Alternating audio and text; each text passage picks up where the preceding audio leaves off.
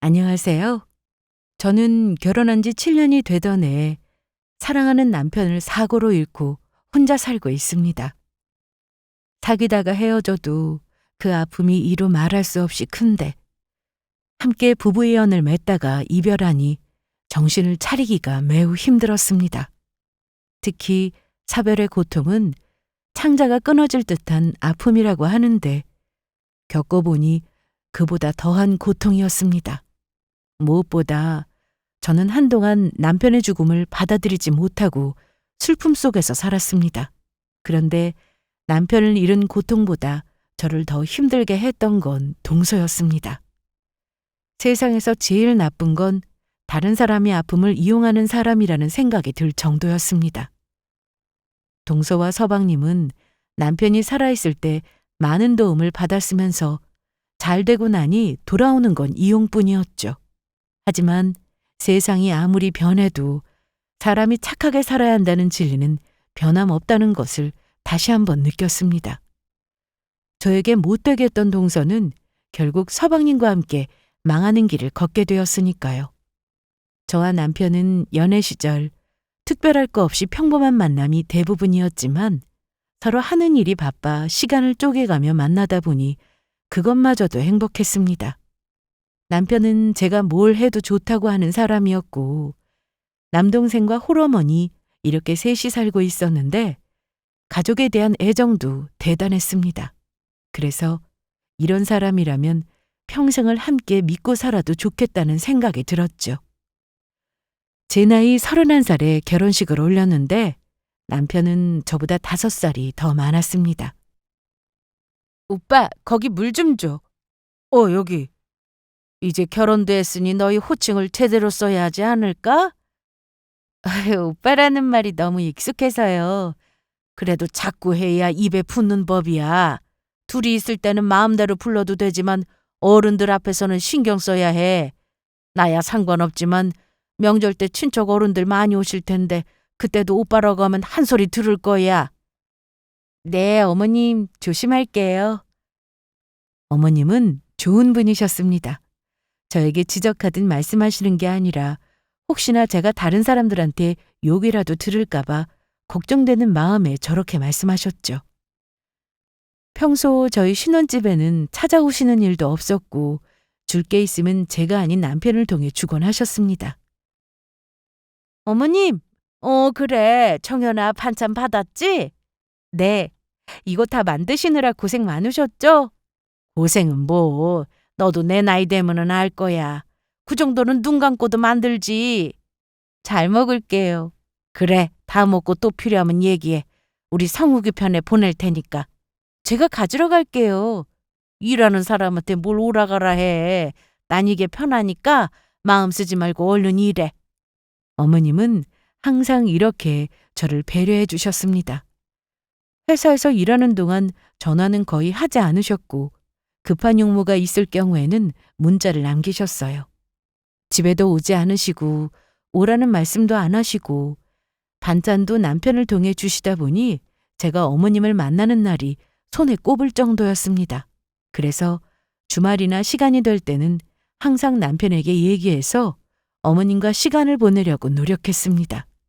어머님은 평소 국밥을 제일 좋아한다고 하셨지만 레스토랑에 같이 모시고 갔더니 스테이크도 정말 잘 드셨고 파스타도 혼자 한 그릇 다 드셨습니다. 엄마, 입에 맞으세요? 응, 그래. 너무 맛있다. 이런 건 안 드시는 줄 알았는데. 먹어보니 맛있네. 다음에 또 와요, 어머님. 또 오긴 너무 비싸. 이 정도는 저희가 얼마든지 사드릴 수 있어요. 돈 걱정 마시고 드시고 싶으실 때 언제든지 말씀하세요. 아셨죠? 음식이 그릇에 예쁘게 담겨서 나올 때면 먹기 아깝다는 말씀도 하셨는데 앞으로 더 자주 좋은 곳에 모시고 다녀야겠다는 생각이 들었습니다. 어머님과는 고급 식당은 물론이고 강원도부터 부산 그리고 제주도까지 여기저기 여행도 많이 다녔습니다. 신혼인데 둘이 여행을 다녀야 한다며 자기가 항상 껴서 미안하다는 말씀을 하셨죠. 하지만 저는 좋았어요. 어머님은 어딜 가든 너무 좋아하셨고 그 모습이 소녀 같으셔서 더 나이 드시기 전에 여기저기 많이 다녀봐야겠다는 생각을 했습니다. 그런데 남편과 결혼한 지 2년 만에 어머님의 장례를 치르게 되었습니다. 어머님과 이제 좀 친해져서 편해졌는데 돌아가시니 마음이 좋지 않았습니다. 저보다 남편의 슬픔은 더 컸는데 제가 어떻게 위로를 해야 할지 모를 정도로 남편은 가슴 아파했습니다. 그래도 남편은 잘 이겨냈고 저희 부부는 일상으로 돌아왔습니다. 서방님은 이때 미혼이었는데 잘 다니던 직장을 그만두고 사업을 한다고 했습니다. 경험이 전혀 없는 상태로 사업을 한다고 해서 남편이 정말 많이 말렸지만 서방님의 고집을 꺾기는 어려웠습니다. 아이, 이 자식, 내 말을 너무 안 듣네. 서방님이 그래도 사업하겠다고 그래? 고집이 보통이 아니야. 그리고 이미 회사도 그만뒀다고 하고. 결국 서방님은 고집대로 사업을 시작했습니다. 예상대로 잘 되지는 않았어요. 돈도 많이 날리고 주변에서 사업에는 소질이 없는 것 같으니 일찍 그만두라는 말도 많이 들었죠. 하지만 서방님은 다른 사람의 말은 전혀 듣지 않았습니다. 남편은 그래도 하나뿐인 동생이니까 잘 되길 바라는 마음에서 도움을 주려고 애썼는데요. 계속해서 망할 것만 같던 서방님의 사업은 남편의 도움으로 조금씩 길이 보이기 시작했습니다. 고생 끝에 자리를 잡아가던 중 서방님은 오래 사귄 여자친구와 결혼을 한다고 했고 그렇게 저에게 동서가 생기게 되었습니다. 서방님은 가정을 꾸리고 나서 사업이 잘 되는가 싶었는데 여전히 남편의 도움을 받아야 했습니다. 남편은 법률 지식을 어느 정도 알고 있었고 금전적으로 도움을 주기도 했습니다. 그러다 보니 동서까지 저한테 찾아와 부탁을 할 때가 많았어요. 형님, 지금 잠깐 나오실 수 있어요? 지금? 네, 저 형님네 회사 앞이에요. 아니, 연락도 없이 왔어? 5분이면 되니까 잠깐만 내려오세요. 어느 날 갑자기 회사 앞이라며 내려오라는 동서의 전화를 받고 내려가 봤는데 선물을 가지고 왔더라고요. 아니, 이게 다 뭐야? 이거 고급 식용유예요. 그리고 이건 손수건인데 수제로 제 친구가 만들었어요. 그러니까 갑자기 이걸 다 왜 나한테 주냐고. 그게... 형님, 이번 한 번만 더 도와주시면 안 될까요? 서방님 돈 문제야? 동서가 저를 이렇게 갑자기 찾아온 이유는 뻔했습니다. 서방님의 사업 때문에 돈이 필요했던 거였죠. 이미 남편이 많은 도움을 준 걸로 알고 있는데 저한테 찾아와서 이런 부탁을 하니 난감했습니다. 퇴근 후 집에 와서 남편에게 얘기를 했는데 정연아, 안 그래도 영주한테 전화 왔었어. 그랬어? 동서까지 날 찾아온 거 보면 급한 것 같은데. 이날 저는 남편과 상의 끝에 마지막으로 한 번 더 도와주기로 했습니다. 서방님도 더는 부탁하지 않겠다고 약속을 했고요. 그날 이후로 동서나 서방님은 돈 부탁을 하거나 도와달라는 연락을 하지 않았습니다. 망할 것 같던 사업이 조금씩 풀리기 시작했거든요. 저희 부부는 뭔가를 바라고 도움을 준 건 아니어서 서방님이 연락이 없어도 서운한 건 없었습니다. 가끔 동서네와 저녁을 먹을 때가 있었는데 동서는 평소와는 다르게 명품을 들고 나올 때가 있었습니다. 딱 봐도 고가의 명품이었어요. 이것만 봐도 서방님의 사업이 잘 되는구나 알 수 있었죠. 더는 도움 바라지 않고 잘 사는 걸 보니 저와 남편은 그걸로 됐다 생각하며 살았습니다. 신경을 쓸 일 없이 지내다 보니 남편과 주말에 데이트도 하고 여행도 다니며 마음 편하게 지낼 수 있었는데 제가 회사를 그만둬야 하는 고민이 생기게 되었습니다. 업무 스트레스로 이직 고민을 하며 회사에 다녔는데 남편이 먼저 얘기를 꺼내줬습니다. 정연아, 너 회사 그만두고 쉬는 게 어때? 갑자기? 왜? 너 회사에서 스트레스 많이 받는 거 내가 모르는 줄 알지? 어떻게 알았어? 다 알지. 돈은 나 혼자 벌어도 충분하니까 회사 그만둬. 남편이 저렇게 말해주니 너무 고마웠습니다. 하지만 미안한 마음이 커서 바로 대답하기는 어려웠어요. 그냥 내 말대로 해. 나 어렸을 때 학교 끝나고 집에 오면 아무도 없는 집 들어가기 너무 싫었어. 엄마가 계속 일을 다니셨거든. 아, 그랬어? 어, 우리가 지금 애는 없지만 나중에 애가 태어나면 네가 집에서 살림하고 애 보고 나 퇴근하고 들어오면 네가 집에서 반겨주고 이러면 좋겠어. 여자는 집에서 살림만 해야 한다 이런 말이 아니라 네가 힘들어하면서 회사 다니는 거 원하지 않는다는 말이야. 그래서 저는 얼마 뒤 사직서를 냈고 전업주부가 되었습니다. 매일 아침마다 출근을 하다가 집에 있으려니 좀 이상했지만 그런 생활도 곧 적응이 되었습니다. 여보, 잘 다녀와요? 알았어. 집에만 있지 말고 친구들 만나서 브런치도 먹으러 가고 당신 좋아하는 전시회도 보러 가고 그래. 알았지? 알았어. 늦겠다. 얼른 가. 저희는 특별할 것 없는 그런 일상을 살았지만 하루하루 너무 행복했습니다. 남편이 저를 위해주고 존중해주니까 집에 있어도 자존감이 떨어지거나 하지 않고 오히려 삶의 만족도가 높아졌어요. 남편이 출근하고 나면 저는 아침 먹은 설거지를 하고 청소기로 한번 쫙 돌립니다. 그리고 친구들하고 약속이 있으면 나가거나 별다른 일이 없으면 집에서 책을 보곤 했습니다.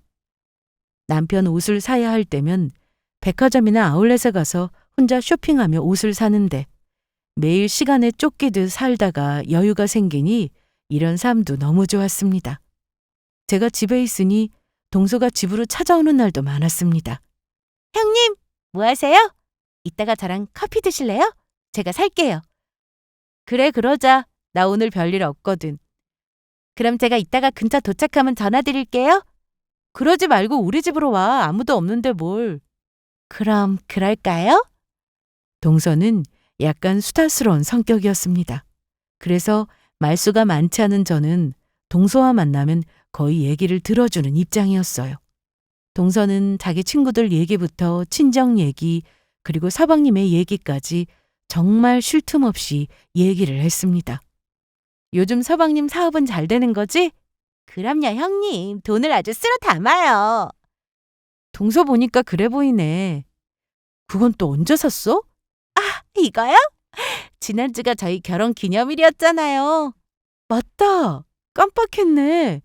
형님도 참 저희 기념일인데 깜빡하셔도 돼요.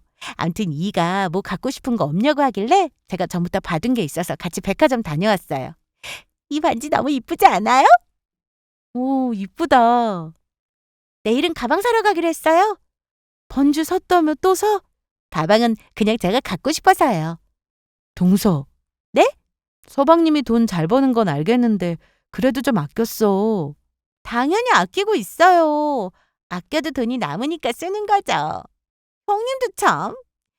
돈은 무조건 아낀다고 좋은 게 아니에요. 있는 사람들이 팍팍 써줘야 경기도 살아나고 하는 거라고요. 그래. 동서가 알아서 하겠지 뭐. 그런데 점심은 뭐 먹을래? 콩나물 비빔밥 어때? 금방 만들 수 있는데. 에이, 그거 말고 우리 나가서 먹어요. 제가 밥 살게요. 그냥 여기서 먹자. 저 집밥 지겹단 말이에요. 제가 자주 가는 식당 있으니까 얼른 옷 입으세요. 서방님이 돈을 잘 버니까 다행이다 생각했는데 동서는 돈을 물 쓰듯이 했습니다. 옆에서 보는데 조마조마할 정도였어요. 저렇게 써도 되나 싶었죠. 하지만 제가 아무리 형님이라도 더 깊게 간섭하는 건 아니다 싶어서 더 얘기하지 않았습니다. 그러던 어느 날 남편과 저는 오랜만에 해외여행을 갈 계획을 세웠습니다. 남편이 회사 일 때문에 지난 여름에 휴가를 쓰지 못했는데 이번에 회사에서 휴가를 다녀오라고 했다고 하더라고요. 그럼 얼마나 휴가 쓸 수 있는 거야? 일주일. 오, 그럼 우리 제주도 다녀올까? 제주도는 마음만 먹으면 1박이라도 갈 수 있으니까 우리 오랜만에 해외 가자. 해외? 내가 아까 해외에서 좀 알아봤는데 여기도 좋고 여기도 괜찮은 것 같아. 이번엔 관광하지 말고 그냥 쉬다 오자. 아무것도 하지 말고. 너무 좋다. 오랜만에 여행을 간다고 하니까 설레기도 하고 신났습니다. 남편은 취업 후 한 직장에서 오래 근무를 했는데 근무 성적이 좋아서 동기들보다 승진도 빨랐습니다. 회사에서 평판도 너무 좋았고요. 그런데 일을 너무 좋아하다 보니 일 중독 수준이었는데요. 이제는 좀 일도 적당히 하고 여유도 부리고 그렇게 살고 싶다고 하더라고요. 일주일 뒤 저는 남편과 비행기를 탔습니다. 결혼 후 제주도는 자주 갔었기 때문에 비행기를 탄 게 오랜만은 아니었지만 해외로 가니까 또 기분이 다르더라고요. 해외에 있는 동안 동서한테 전화도 자주 왔는데 여행을 왔다고 하니 내심 부러운 눈치였어요. 어머, 어디요? 몰디브요? 우와, 좋겠다. 너무 좋아. 동서도 나중에 서방님하고 같이 가봐. 그래야겠어요. 그럼 재미나게 놀다 오세요. 그래, 동서. 저와 남편은 몰디브에 와서 아주 신나게 놀았습니다. 말 그대로 아무것도 안 하고 놀기만 했어요. 숙소 안에서 에어컨 켜놓고 과일 먹고 뒹굴뒹굴 했고요. 숙소 안에서 문 하나만 열면 바로 바다였기 때문에 원 없이 수영도 했습니다. 날씨는 좀 덥긴 했지만 그것도 너무 행복했어요. 일주일간의 휴가는 정말 순식간에 지나갔는데요. 확실히 여행은 삶의 활력소가 되는 것 같더라고요. 남편은 더 일에 집중이 된다고 했고 저도 집에만 있어서 가끔 답답했는데 기분 전환이 되어서 좋았습니다. 그러던 어느 날 저는 아주 큰 슬픔을 겪어야 했습니다. 결혼 후 살면서 크게 욕심부린 적 없었고 평범한 일상에 감사하는 마음으로 살았는데 남편이 교통사고를 당하고 먼저 세상을 떠나게 되었습니다. 처음에 병원에서 전화를 받고는 그냥 조금 다쳤겠지 생각했습니다. 원래 병원에서는 최악의 상황을 말할 때가 많잖아요. 그래서 치료만 잘 받으면 괜찮겠지 생각했어요. 하지만 제가 병원에 도착했을 때는 이미 남편이 사망한 뒤였습니다.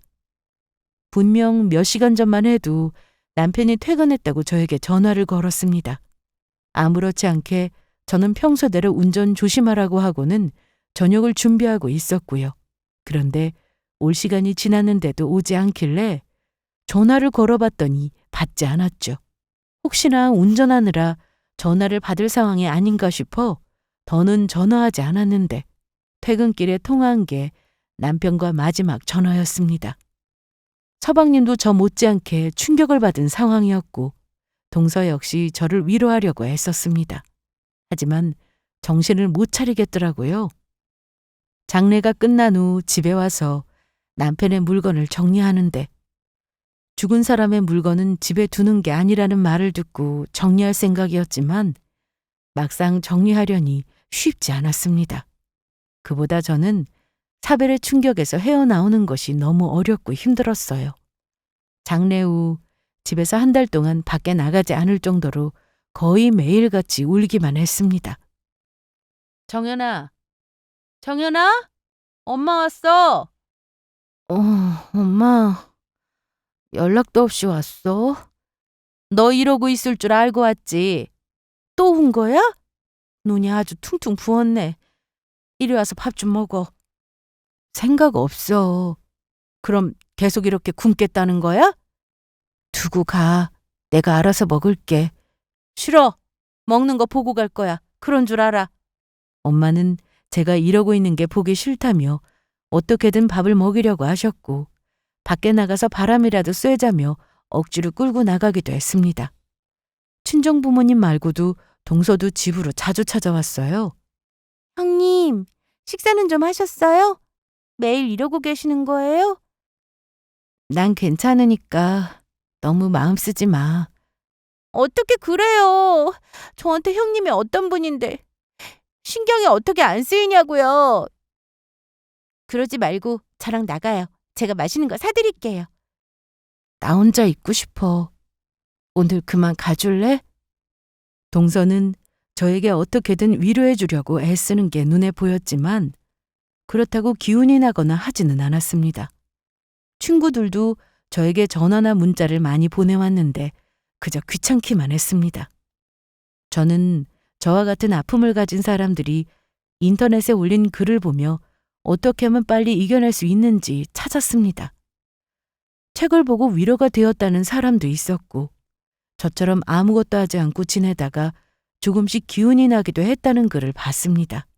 또 어떤 사람은 집에만 있으면 너무 힘들어서 무작정 나가서 걸었다고 했죠. 저는 사별이라는 것이 불행과 같다고 생각했습니다. 뭘 해도 위안이 되지 않았고 정신이 들지 않았으니까요. 인터넷에서 찾은 글을 보고 저도 책을 사서 보거나 나가서 산책을 하기도 했는데 저에게는 아무런 도움이 되지 못했습니다. 그러던 어느 날 자고 일어났는데 집을 둘러보니 엉망이더라고요. 그동안 청소도 안 하고 누워만 있어서 여기저기 옷도 쌓여 있고 설거지도 제대로 되어 있지 않아 맘먹고 청소를 했습니다. 그런데 힘들게 몸을 움직이니까 기분이 조금 나아지는 게 느껴졌습니다. 하지만 사별의 아픔을 극복하기에는 별 소용이 없었습니다. 제가 계속 이렇게 사니까 동서가 도저히 안 되겠는지 집으로 좀 오라고 전화를 했습니다. 형님, 자, 이거 받으세요. 이게 뭔데? 고무장갑하고 수세미요. 그걸 몰라서 묻는 게 아니잖아. 저희 집 오늘 대청사는 날인데 형님 생각해서 불렀어요. 이럴 때는 바쁘게 몸을 혹사시켜야 아주버님 생각이 덜 난다고요. 갑자기 청소를 하라고 하니 당황스러웠지만 전에 집 청소를 하고 나서 기분이 조금 나아졌던 게 생각나서 동서와 함께 청소를 시작했습니다. 정말 아무 생각 없이 쓸고 닦고 정리하다 보니 슬퍼할 겨를 없이 시간이 금방 지나갔습니다.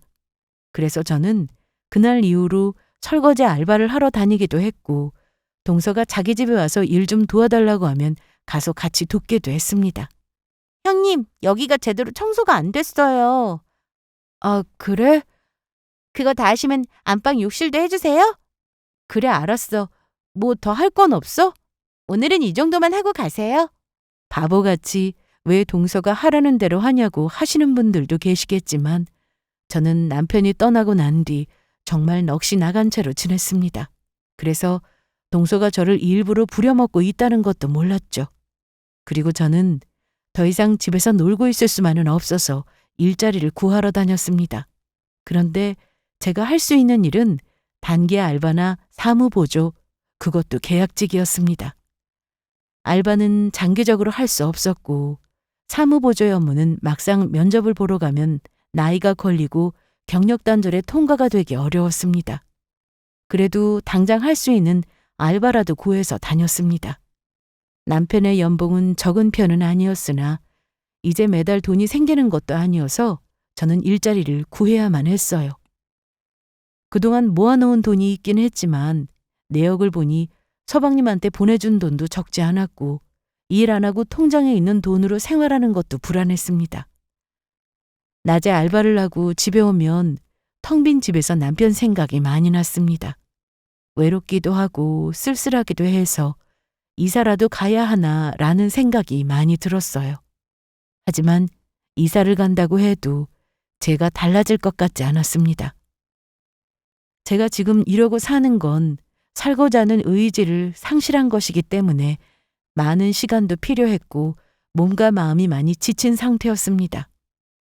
힘들게 몸을 움직이고 나면 좋아지는 것 같았지만 사실 그때뿐이었어요.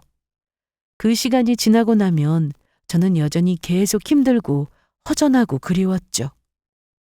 이런 여러 감정들이 뒤섞여 저를 괴롭혔는데 주변에서는 이제 그만하라는 말도 정말 많이 했습니다.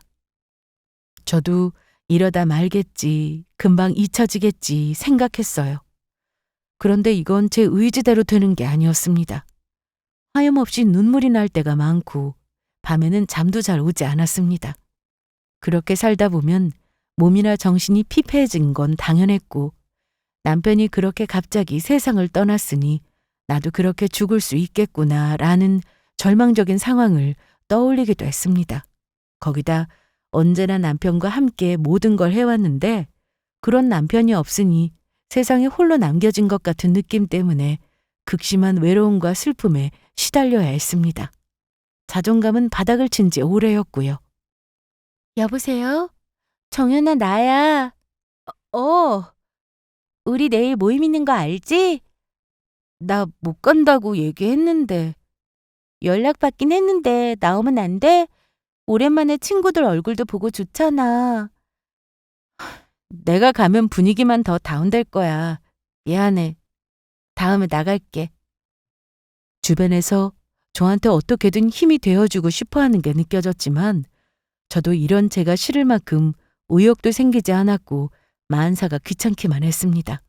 그런데 제가 억지로라도 계속해서 밖으로 나갈 수밖에 없었는데 그건 바로바로 돈이었습니다. 당장 일하지 않는다고 해서 생활고에 시달릴 정도는 아니었지만 그렇다고 마냥 이렇게 살 수도 없었죠. 그동안 남편이 벌어놓은 돈이 있어서 한동안 버틸 수는 있겠지만 평생을 그 돈으로 살 수는 없었습니다. 그래서 저는 여기저기 일할 곳을 찾았고 회사 면접도 정말 많이 보러 다녔습니다. 면접 결과는 좋지 않았어요. 거의 다 불합격이었고 급한 대로 공장이라도 가서 일하려고 하면 금방 마감이거나 초보는 써주지 않는 곳이 많았습니다. 여보세요? 형님! 동서. 아니, 오늘 종일 전화를 왜 이렇게 안 받으세요? 아까 집에 갔었는데 집에도 없고. 오늘 좀 볼 일이 있어서 나갔다 왔어. 무슨 일이요? 면접 보고 왔거든. 형님 일하시게요? 그런데 쉽지가 않네. 형님. 제가 소개해 줄까요? 무슨 일인데? 사무보조요. 면접 필요 없고 당장 시간만 되면 가능해요. 그래? 그럼 나 그 일 해볼래. 그럼 내일 모레 아침 10시까지 집 앞으로 제가 갈게요. 아니야, 회사 위치 알려주면 내가 알아서 찾아갈게. 어차피 저도 거기 가야 하니까 같이 가요. 그래, 알았어. 저는 그렇게 동서의 말을 듣고 닥치는 대로 일해보자는 생각을 했습니다. 제가 무슨 기술이 있는 것도 아니고 전문직으로 일했던 것도 아니었기에 동서의 말에 고마웠습니다. 동서와 약속한 날이 되어 저는 아침 일찍 일어나서 옷도 단정하게 차려입고 준비를 했습니다. 그리고 시간 맞춰서 집 앞에 나가 서 있었죠. 한 10분 정도 기다리니 동서가 왔습니다. 형님, 옷 편한 거 입으시지? 이거 편해. 그럼 됐어요? 저는 서방님이 사업을 하다 보니 아는 회사가 많아서 소개를 해주는 줄 알고 있었습니다. 그런데 회사 이름이 뭐야? 위치는? 형님, 가보시면 알아요. 그래, 알았어. 그렇게 차 안에서 동서와 얘기하다 보니 금방 도착했는데 회사 같은 건물이 아니라 주택이었습니다. 형님, 여기에요? 여기서 일한다고? 네, 얼른 내리세요. 동서를 따라 집 안으로 들어가는데 상당히 잘 사는 집이었습니다. 큰 정원이 딸린 집이었고 집 내부도 굉장히 크고 화려했죠. 어머, 지은아, 어서 와. 이분이야? 인사해. 안녕하세요. 네, 안녕하세요. 지인이한테 얘기 많이 들었어요. 일 잘하신다고. 동서가 저를 데려온 곳은 동서 친구의 집이었고 제가 하는 일은 가정부 일이었습니다. 순간 이게 맞나 싶었어요. 가정부로 일을 해본 적은 없었기에 어떻게 해야 하나 싶었고 동서 친구네 집이라고 하니 더 부담스러웠고요. 더군다나 동서 친구는 제가 동서와 그냥 아는 사람이라고 알고 있었습니다.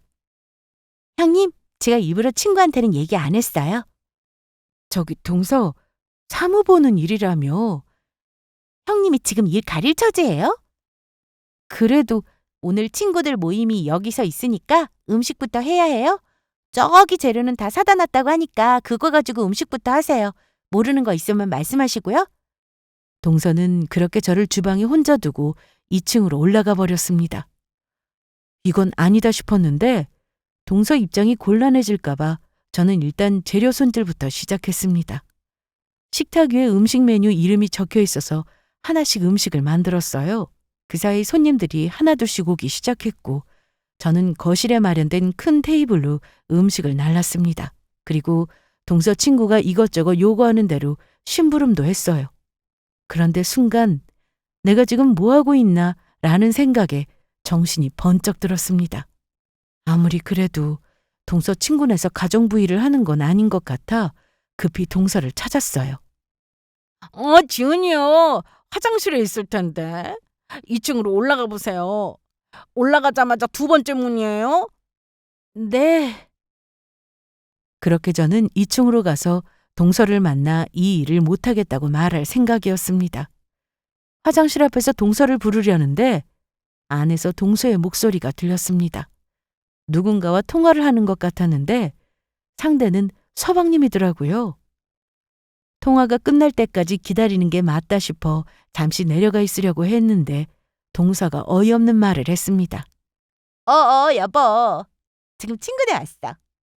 그럼 형님도 같이 왔지. 형님이 순순히 따라왔냐고? 당연하지. 나 아니면 지가 어디서 일 구할 건데? 그동안 내가 집 데려와서 청소시키고 했는데 바보처럼 시키는 대로 다 하더라? 여기 와서도 음식부터 하라고 하니까 군말 없이 하더라고. 형님 지금 눈에 뵈는 거 없어. 아주버님 죽고 나서 뭔 정신으로 살겠어? 기술도 없는데 몸 쓰는 일이라도 해야지. 내가 친구한테 실컷 부려먹으라고 할 거야. 그동안 우리한테 돈 좀 줬다고 우리보다 잘났다고 생각하는 것 같아서 꼴불견이었는데. 저는 더 듣고 있기 힘들어서 화장실 문을 확 열었습니다. 깜짝이야! 형님! 지금 뭐 하시는 거예요? 나 다 들었어. 동서, 여태 그런 생각으로 나한테 일 시킨 거야? 여보, 내가 전화 다시 걸게. 일단 끊어. 저 형님, 그게 아니라. 또 무슨 헛소리를 하려고?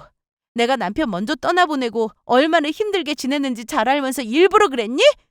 저는 너무 화가 나서 남의 집이었지만 동서와 크게 싸웠습니다. 동서는 끝까지 자기가 뭘 잘못했냐고 악을 쓰기 바빴습니다. 회사라고 속이고 데려왔잖아. 그게 무슨 상관이에요? 형님이 일자리 구하기 힘들다고 징징거렸잖아요. 징징?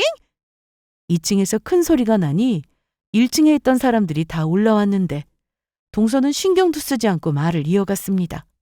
솔직히 형님이 그나마 음식 잘하니까 써주는 거예요. 뭐? 아니면 형님이 뭘 할 수 있는데요? 할 거 없잖아요. 나한테 고마워해야 하는 거 아니에요? 할 줄 아는 것도 없는데 써줄 때 조용히 일이나 하세요. 정말 순수한 마음으로 날 위해서 친구한테 날 소개시켜준 거야? 입장 바꿔서 내가 이랬으면 그럼 저는 형님한테 고마워서 절이라도 했을걸요? 저는 너무 기가 막혀서 집에 가려고 했는데 동서가 제 팔을 잡고는 놔주지 않았습니다. 이거 안 나? 가긴 어딜 가요. 설거지까지 싹 다 해놓고 가요. 뭐야? 식기세척기 고장나서 손설거지 해야 한다는데 지금 가면 어쩌라고요? 네가 해. 뭐라고요? 그런데 그때 동서 친구 남편이 들어왔습니다. 아니 이게 무슨 일이야? 왜 이래? 여보 그게 아니 잠깐만. 형수님 아니세요?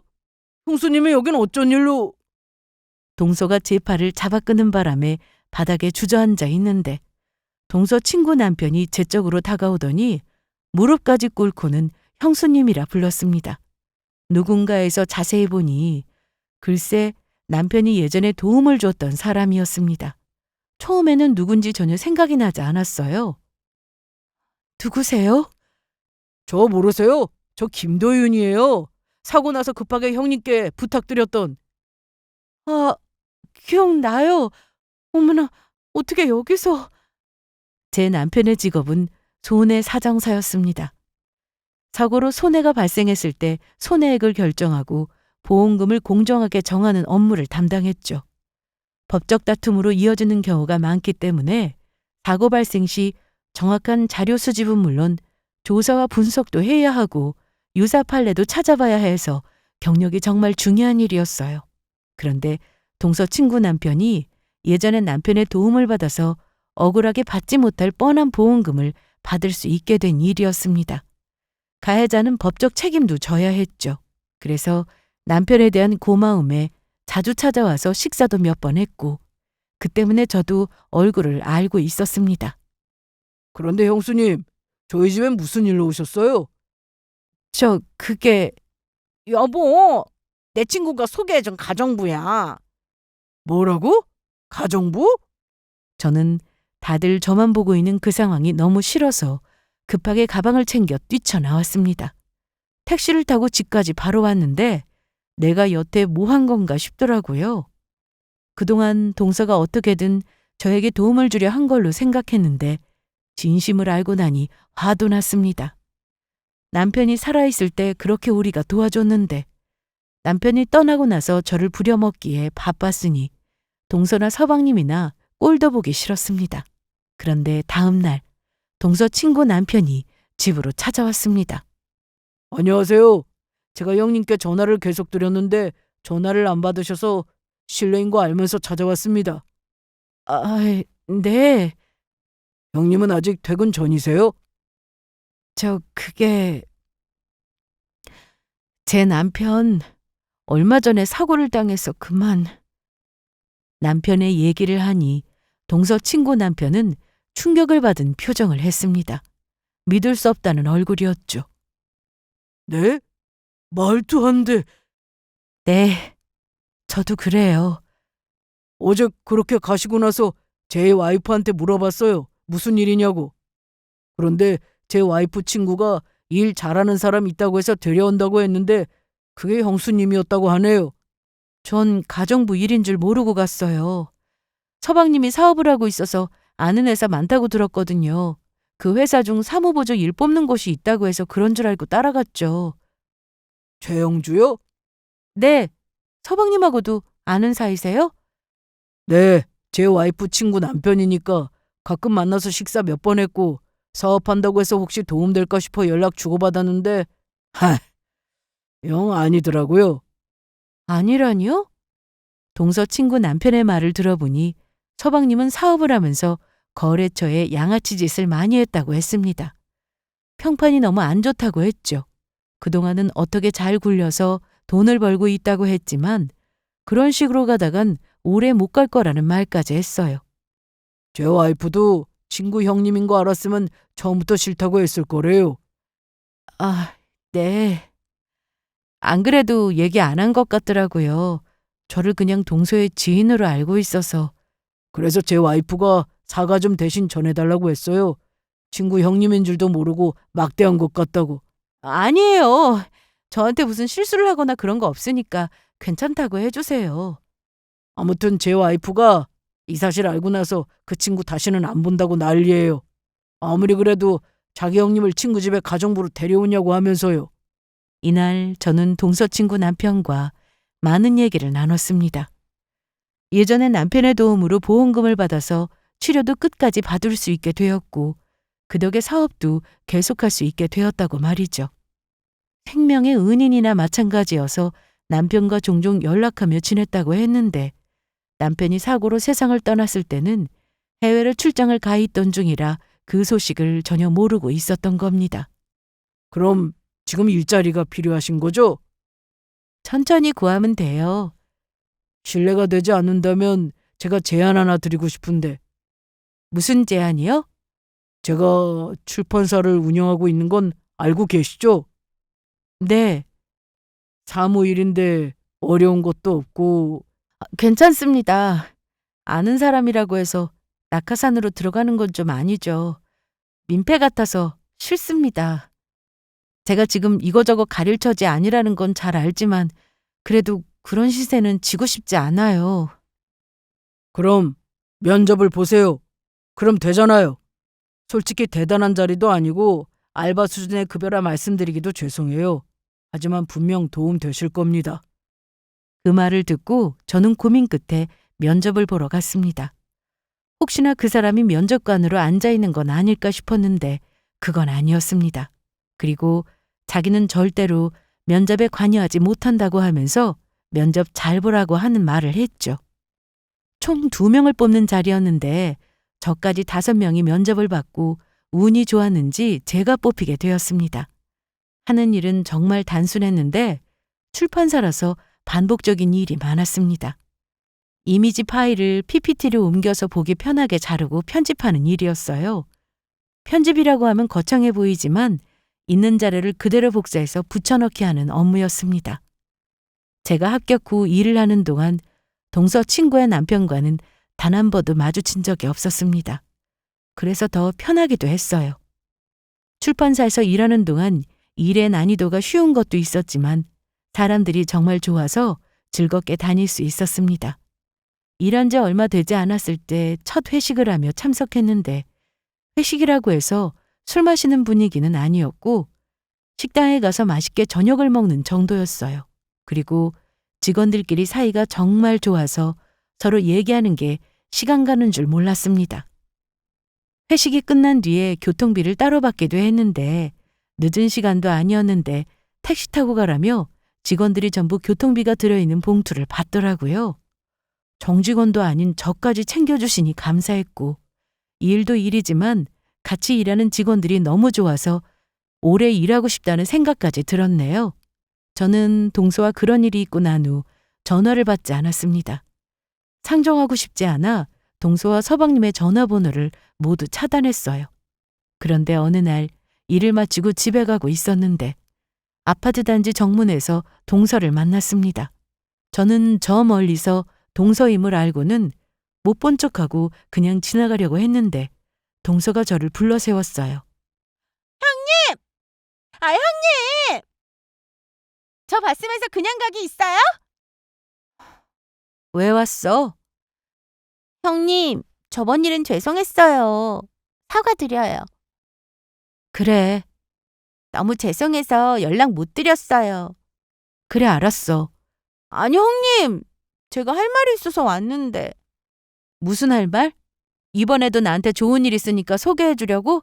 아니요. 제 친구 남편한테 얘기 좀 해주실 수 있을까요? 동서가 이날 저를 찾아온 건 서방님 문제였습니다. 그냥 안 보고 살 생각으로 사과 따위 받고 싶지 않아 연락도 안 받고 지냈는데 저를 찾아와서 한다는 소리가 도와달라는 말이었죠. 무슨 수로 도와달라는 거야? 형님이 제 친구 남편한테 한 번만 도와달라고 해주시면 돼요. 제가 얼핏 듣기로는 아주버님이 큰 도움을 줬다고 하던데 맞죠? 싫어. 나한테 그런 거 바라지 마. 정말 이러실 거예요? 제가 남이에요? 아주버님 동생의 부인이 저잖아요. 가족끼리 이러실 거예요? 지금 자금 지원 없으면 사업 망한다고요. 가족? 누가 너랑 가족인데? 넌 내가 가족에서 그런 짓을 한 거야? 날 얼마나 무시했으면 네 친구한테 날 가정부로 일하게 하니? 어? 내가 남편 떠나보내고 얼마나 힘들었는지 잘 알면서 그걸 이용했잖아. 그건 다 형님을 위해서였어요. 웃기지 마. 내가 남편도 없고 하는 일도 없고 집에서 혼자 있을 때 자존감이 바닥을 쳤는데 넌 그걸 이용해서 나한테 이것저것 다 시킨 거잖아. 형님은 왜 사람 진심을 몰라주는데요? 네가 그러고도 사람이야? 우린 남편 살아있을 때 서방님 사업 힘들 때마다 돈 대줘, 아는 변호사 소개시켜줘. 얼마나 열심히 해놓은 줄 알아? 그런데 그런 도움받아서 사업 잘 될 때 우리 남편한테 고마운 마음이 들기는 했니?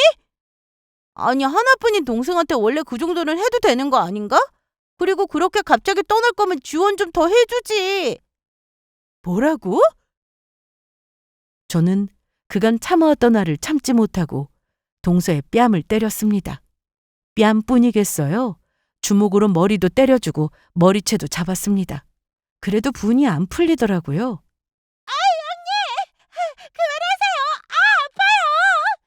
아프라고 때린 거야. 나야말로 차라리 누구한테 맞아서 아픈 거였으면 좋겠다. 약 먹고 나면 나을 수 있게. 난 아직도 고통스러워. 그러니까 다시는 내 앞에 나타나서 도와달라는 헛소리 하지 마. 알았어? 저는 그렇게 동서나 서방님의 소식은 더 이상 듣고 싶지 않았습니다.